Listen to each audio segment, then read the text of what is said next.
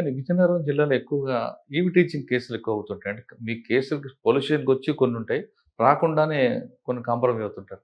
వాటి మీద మీరేమైనా షీ టీమ్స్ లాంటివి గాని, డెకా ఆపరేషన్‌లు గాని చేస్తుంటారా? సో, ఇప్పుడు ఈ మన నేనొచ్చినాక విజయనగరం టౌన్ వరకు షీ టీమ్స్ ఒకటి మేము స్టార్ట్ చేశాము. సో, మీరు చెప్పినట్టు సాయంత్రం టైంకి, అదేవిధంగా కొంతమంది రాత్రి టైంకి కూడా ఈవ్ టీజింగ్ జరుగుతా ఉంటది. సో, ఈవ్ టీజింగ్ కంట్రోల్ చేయడానికి షీ టీమ్స్ స్టార్ట్ చేయడం జరిగింది. అది కూడా మంచి ఫలితాలు ఇస్తా ఉంది. సో, హ్మ్. అదే విధంగా ఈ పాక్సో కేసెస్ కూడా మనకి చాలా జరుగుతుంటాయి. చాలామంది ఆహ్, ప్రేమలో పడి ఎలోప్ అవ్వడము, దాని తర్వాత వాళ్ళ మీద పాక్సో కేసు రిజిస్టర్ అవ్వడము, అరెస్ట్ అవ్వడం జరుగుతా ఉంది. సో, చాలామందికి ఈ పాక్సో యాక్ట్ సంబంధించి వాళ్ళకి తెలియదు. అంటే లెస్ థాన్ 18 ఇయర్స్ ఉంటే ఎవరైనా కూడా ఈ సెక్షువల్ ఇంటర్‌కోర్స్ చేస్తే దాని మీద వాళ్ళు అది కన్సెంట్ ఉన్నా, లేకపోయినా ఖచ్చితంగా ఇట్స్ ఎ క్రిమినల్ అఫెన్స్. దాని మీద కేసు నమోదు చేసి ఖచ్చితంగా అరెస్ట్ చేయాల్సిందే. ఖచ్చితంగా శిక్ష భరించాల్సిందే అనేది చాలా మందికి తెలీదు. దాని అవును. మీద కూడా మేము స్కూల్స్‌లో వెళ్లి, కాలేజెస్‌లో వెళ్లి అవగాహన కల్పిస్తున్నాము. సో దట్ ఇటువంటి తెలియకుండా ఇటువంటి యాక్టివిటీస్‌లో ఇటువంటి నేరాలు జరగకుండా మనం ఏమైనా ఎన్‌ష్యూర్ చేయగలుగుతాం. అంటే మీరు చెప్తున్నట్లుగా కొన్ని విజయనగరం టౌన్ కాకపోయినా చుట్టుపక్కల బొబ్బిలి, చీపురుపల్లి, గరివిడి ఈ ప్రాంతంలో తీసుకుంటే లేదా ఎస్కోట ఆ ప్రాంతంలో సినిమాల ప్రభావం, సీరియల్ ప్రభావం తెలీదు గానీ, ఎల్లోప్‌మెంట్ 10థ్ క్లాస్, 7థ్ క్లాస్ నుంచే లవ్‌లో పడడం, ఎల్లోప్‌మెంట్ అవుతుంటారు. ఆ 7థ్ క్లాస్ నుంచే వాళ్ళకి మనం క్లాసుల్లోకి వెళ్లి ఈ ఇష్యూ చెప్తే కొంచెం మార్పొచ్చే అవకాశం ఉంది కదండీ! ఖచ్చితంగా ఉంటుంది. అండ్ అది మేము ట్రై చేస్తున్నాము. హ్మ్. మేము రెగ్యులర్‌గా ఈ స్కూల్స్‌లో, కాలేజెస్‌లో మన మహిళా పోలీసులు వెళ్ళి, అదేవిధంగా మన పోలీస్ సిబ్బంది కూడా వెళ్ళి అవగాహన కల్పిస్తున్నారు. అండ్ దానివల్ల ఖచ్చితంగా I think it will have a lot of impact. Okay. Sir Vizianagaram జిల్లాలో ట్రాఫిక్ ఇక్కడ వెహికల్స్ పెరిగాయి. రోడ్ స్పేస్ పెరగట్లేదు. కానీ పబ్లిక్‌లో అవేర్‌నెస్ తీసుకురావాలి. పబ్లిక్‌లో ట్రాఫిక్ మీద ఎడ్యుకేట్ చేయడానికి మీరేం చేస్తున్న ప్లానింగ్? సో, విజయనగరం టౌన్‌లో స్పెసిఫికల్లీ ట్రాఫిక్ ప్రాబ్లమ్ కూడా ఉంది. సో, చాలామంది మైనర్ డ్రైవింగ్ చేస్తుంటారు. హ్మ్. చాలామంది ట్రిపుల్ డ్రైవింగ్ చేస్తుంటారు without license, without number plate. So, దాని మీద మేము రెగ్యులర్‌గా డ్రైవ్ చేస్తున్నాము. సో, స్పెషల్ డ్రైవ్ నిర్వహిస్తున్నాము. సో, ఎవరైనా ఈ ట్రిపుల్ రైడింగ్ చేస్తే, మైనర్ డ్రైవింగ్ చేస్తే వాళ్ళ బండ్లు సీజ్ చేస్తున్నాము. బండ్లు సీజ్ చేసి పోలీస్ స్టేషన్‌లో పెట్టి నెక్స్ట్ డే వాళ్ళ తల్లిదండ్రులను పిలిపించి వాళ్ళకి హ్యాండ్ ఓవర్ చేస్తున్నాము. సో, దానివల్ల కూడా అంటే వాళ్ళకు మాట్లాడి వాళ్ళను కౌన్సెల్ చేసి అప్పుడు వాళ్ళకి బండి రిలీజ్ చేస్తున్నాము. సో, దానివల్ల కూడా చాలా వరకు I think triple riding and minor driving తగ్గింది. ఇక్కడ విజయనగరం జిల్లాలో ఇంకొక మెయిన్ ఇష్యూ ఉంటదండి. Rickshaw pullers. హ్మ్. వాళ్ళకి అవగాహన లేకపోవడం వల్ల చిన్న ఇంత గల్లీ ఉన్నా అందులో వాడు వెళ్తాడు. వాళ్ళతోనే ఎక్కువగా ప్రాబ్లమ్స్ వస్తుంటాయి. వాళ్ళకి ఎడ్యుకేట్ చేయడం ఏమైనా చేస్తున్నారా? సో, ఈ ఆటో డ్రైవర్స్, ఆటో ఒకటి, rickshaw pullers. Auto and rickshaw ఆ! ఇది చాలా పెద్ద ప్రాబ్లమ్. హ్మ్. సో, దాని మీద కూడా మేము ఆటో డ్రైవర్స్‌ను అందరిని ఒకరోజు పిలిపించి వాళ్ళతో మీటింగ్ పెట్టడం జరిగింది. నేను కూడా మాట్లాడాను. సో, వాళ్ళు ఎక్కడ కూడా అంటే నో పార్కింగ్ ఏరియాస్‌లో ఆపి పాసెంజర్స్ ఎక్కించడము. తర్వాత ట్రాఫిక్ రూల్స్ పాటించకపోవడము. ఆటో స్టాండ్ కాకుండా అన్ని చోట్ల పార్క్ చేసి చేయడము. సో, అవన్నీ చేస్తే వాళ్ళ మీద కఠినమైన చర్యలు ఉంటాయని వాళ్ళకి కూడా చెప్పడం జరిగింది. హ్మ్. Rickshaw pullers. రిక్షా పుల్లర్స్ ఇంకా చేయలేదు. సార్ మీకున్న సబ్ డివిజన్‌లో హ్మ్. ఏది టిపికల్‌గా ఉందండి ఇక్కడ? హ్మ్. హ్మ్. విజయనగరం, చీపురుపల్లి, విజయనగరం సబ్ డివిజనే పెద్ద సబ్ డివిజన్. బొబ్బిలి. 3 దాంట్లో అండ్ అక్కడే క్రైమ్ కూడా ఎక్కువ అవుతుంటది.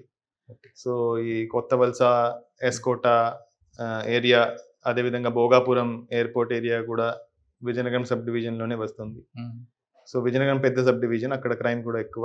అదేవిధంగా బొబ్బిలి కూడా టిపికల్ సబ్ డివిజన్ మీరు చెప్పినట్టు అక్కడ ఈవ్ టీజింగ్ కేసెస్, అవును.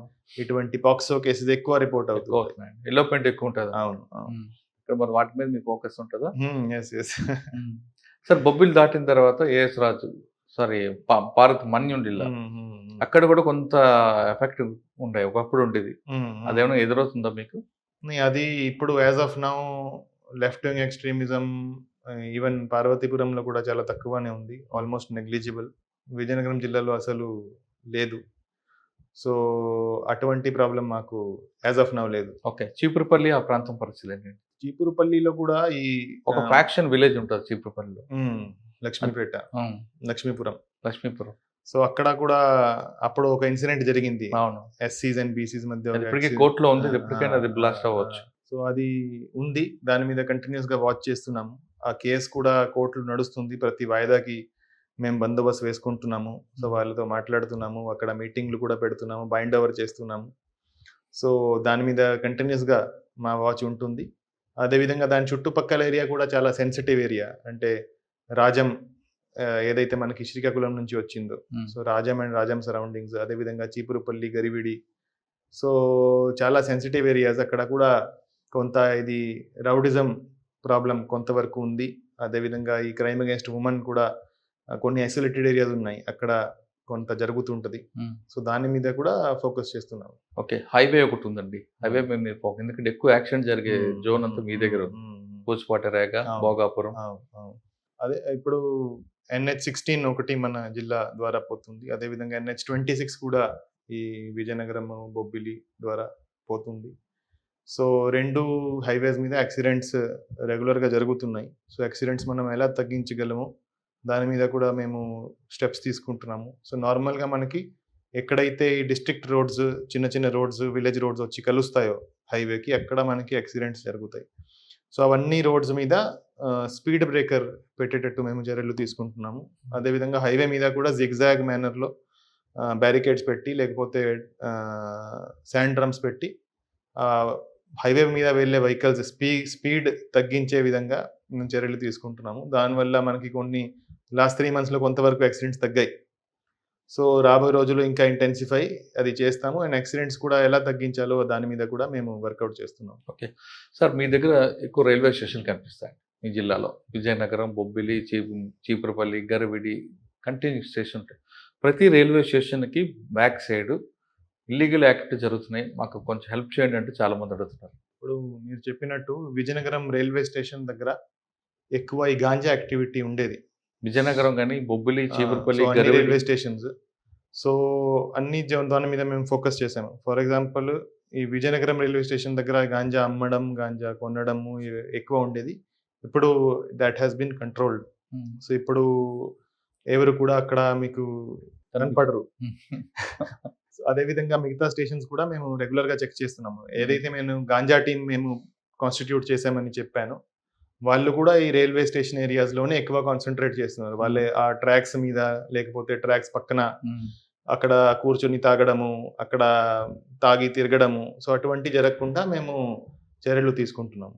విజయనగరం టౌన్లో పెద్ద చెరువు, ఆ పెద్ద చెరువు బ్యాక్ సైడ్ కూడా ఇటువంటి యాక్టివిటీస్ కనిపిస్తున్నాయని ఒక కంప్లైంట్. సో దాని మీద కూడా అదే మేము విజిబుల్ పోలీసింగ్ ద్వారా దాని మీద కూడా వీఆర్ టేకింగ్ యాక్షన్. సార్, మీరు విజిబుల్ పోలీసింగ్ ఇస్తారా లేదా బేసిక్ పోలీసింగ్ ఎక్కువ ప్రకటిస్తారా? Visible policing is basic policing. So basic policing is the most important. అది ఎందుకండి చాలా మంది ఆఫీసర్లు టెక్నాలజీని వాడదాం అంటారు, బేసిక్ పోలీసింగ్ కి నెగ్లెక్ట్ చేస్తారు. కానీ మీరు మీ వైపు దాన్ని ఎక్కువ పట్టుకున్నారు. ఈ బేసిక్ పోలీసింగ్ మనం ఎప్పుడు కూడా వదలలేము. Basic policing is the most important. Basic policing మీద బిల్డప్ చేస్తూ దాన్ని మనం టెక్నాలజీతో మనం ఇంకా మోర్ ఎఫెక్టివ్ చేయగలము. కానీ బేసిక్ పోలీసింగ్ నెగ్లెక్ట్ చేసి ఓన్లీ టెక్నాలజీతో మనం ఏమైనా చేయగలుగుతామా అనేది ఒక మిత్.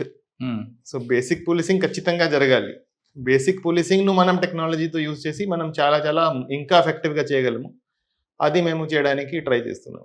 ఓకే సార్, ఫైనల్గా చెప్పండి, విజయనగరం జిల్లా అనేది ఒక ప్రశాంతంగా ఉంటుంది. ఇకపై క్రైమ్ జరగకుండా, అంటే క్రైమ్ పెరగకుండా విజయనగరం ప్రజలకు మీరు ఇచ్చే భరోసా ఏంటి? విజయనగరం ప్రజలకి అంటే ఇక్కడ ఎక్కువ కంప్లైంట్ వస్తుందంటే ల్యాండ్ డిస్ప్యూట్స్ కేసులు ఎక్కువ వస్తున్నాయి, దాంతో క్రైమ్ పెరుగుతుంది అనేది చెప్తున్నారు. సో విజయనగరం ప్రజలకి నా సందేశం ఏంటంటే, ఎక్కడైనా మీకు ఏమైనా ప్రాబ్లం ఉంటే ఇమీడియట్గా మీరు పోలీస్ స్టేషన్కి రండి. అందరు పోలీస్ స్టేషన్స్కి ఇన్స్ట్రక్షన్స్ ఇవ్వడం జరిగింది. ఎవరైనా కంప్లైంట్ వస్తే వాళ్ళతో గౌరవంగా మాట్లాడాలి, వాళ్ళని కూర్చోపెట్టాలి, వాళ్ళు కంప్లైంట్ తీసుకోవాలి. అండ్ వాళ్ళను తిప్పించకుండా వాళ్ళు ఇమీడియట్గా వాళ్ళ ప్రాబ్లం రిడ్రెస్ చేసుకోవాలి. అక్కడ రిడ్రెస్ కాకపోతే ఎస్పీ ఆఫీస్ కూడా దగ్గరే ఉంది, ఎస్పీ ఆఫీస్కి డైరెక్ట్గా రావచ్చు, లేకపోతే డిఎస్పీ ఆఫీసెస్, ఇన్స్పెక్టర్ ఆఫీసెస్ ఉంటాయి. ఏది ఏమైనా whatever problem is there, మేము ఎప్పుడు కూడా అవైలబుల్గా ఉంటాము.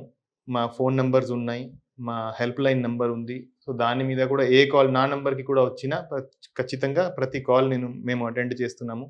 అది కంట్రోల్ రూమ్‌కి పెట్టడమా, లేకపోతే నేను అటెండ్ చేయడమా, ప్రతి కాల్ మేము అటెండ్ చేస్తున్నాము.